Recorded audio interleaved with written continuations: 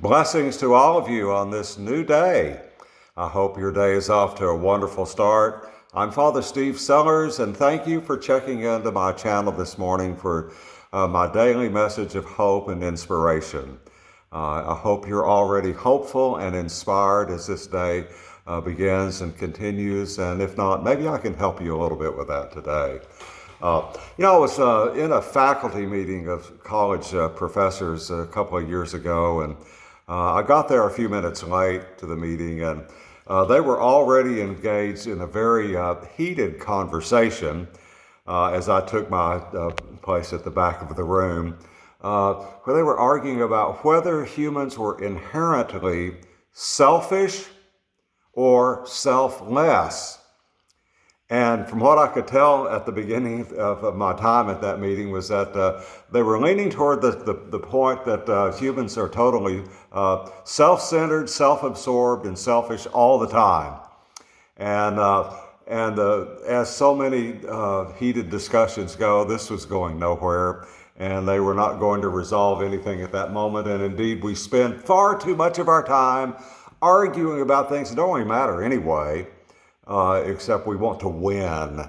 And that's a horrible reason to wind up feeling aggravated yourself and making others aggravated too. So anyway, I was the only priest in the room, and they noticed that I'd come in, and this was a secular university. And they said, okay, they pointed at me, we saw you come in. Dr. Sellers, you tell us, are human beings inherently selfish or selfless?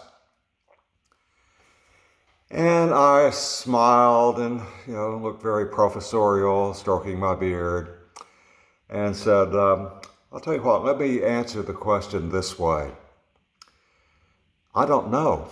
And they said, what? What do you mean you don't know? I said, no, I don't know. I said, I can't look across the room and see Dr. Smith over there and tell instantly whether he is a good person or a bad person. I can't tell whether he's happy or depressed.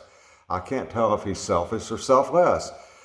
In the same mode, Dr. Smith can't look over at Dr. Johnson across the room and tell immediately by looking at him whether he is totally self-absorbed, whether he's paying attention only to himself, or whether he's loving and giving of himself. We don't see those things when we look at each other. It's by the actions we do that we can tell whether someone is selfish or selfless. And as I was telling them, I said, there's a passage in the scriptures that I read in a book written by a man by the name of James. It says, show me your faith apart from your works, and I by my works will show you my faith. The thing is, we have a million opportunities every day to make little decisions that impact our lives and the lives of those around us. And it's in those little decisions we make that we show whether we are giving of ourselves or taking from others all the time. The truth is, we do a little of both every day, and we have to in order to survive in the world. And God created us with the freedom to choose. We're not little robots. Sometimes I've wondered why God didn't just make us as little robots and make us do things. Well, then we wouldn't be very lovable, would we? God could have created us, as I use the example with children, as hand puppets. And he could make us do everything, but we're not puppets. We're like little puppies. We're lovable, we're kind, but sometimes we wet on the carpet too. The fact is, what makes life powerful for us and helps us with our decisions is to remember that we're part of a larger story. We're part of a story that God began at the beginning. We're part of his story. God has brought us into this place for his reasons, for his purposes, and his plan for us. We find our meaning and purpose in life in his larger purpose.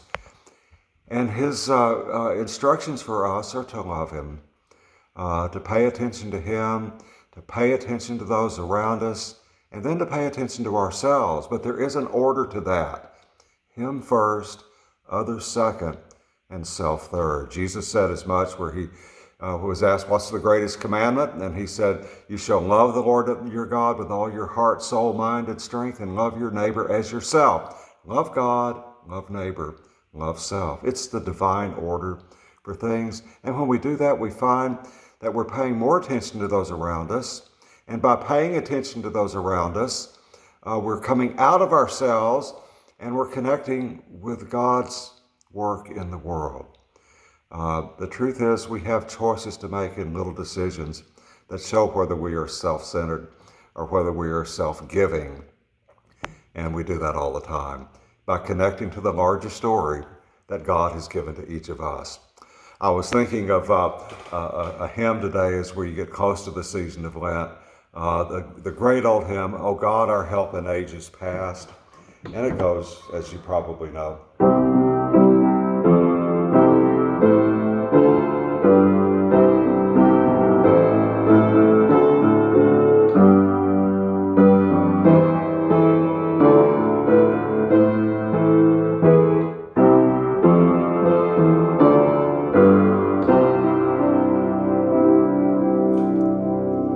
One of the verses in that song says this, time like an ever-flowing stream bears all our lives away, short as the watch that ends the night before the dawn of day.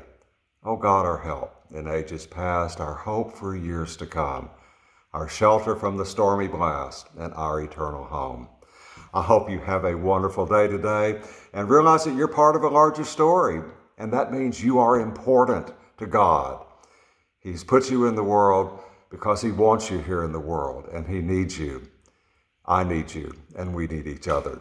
Let us not spend our time arguing about things that really don't matter. Let us look up and enjoy this great life God has given to us as we are part of his story. Have a wonderful day today. God bless you.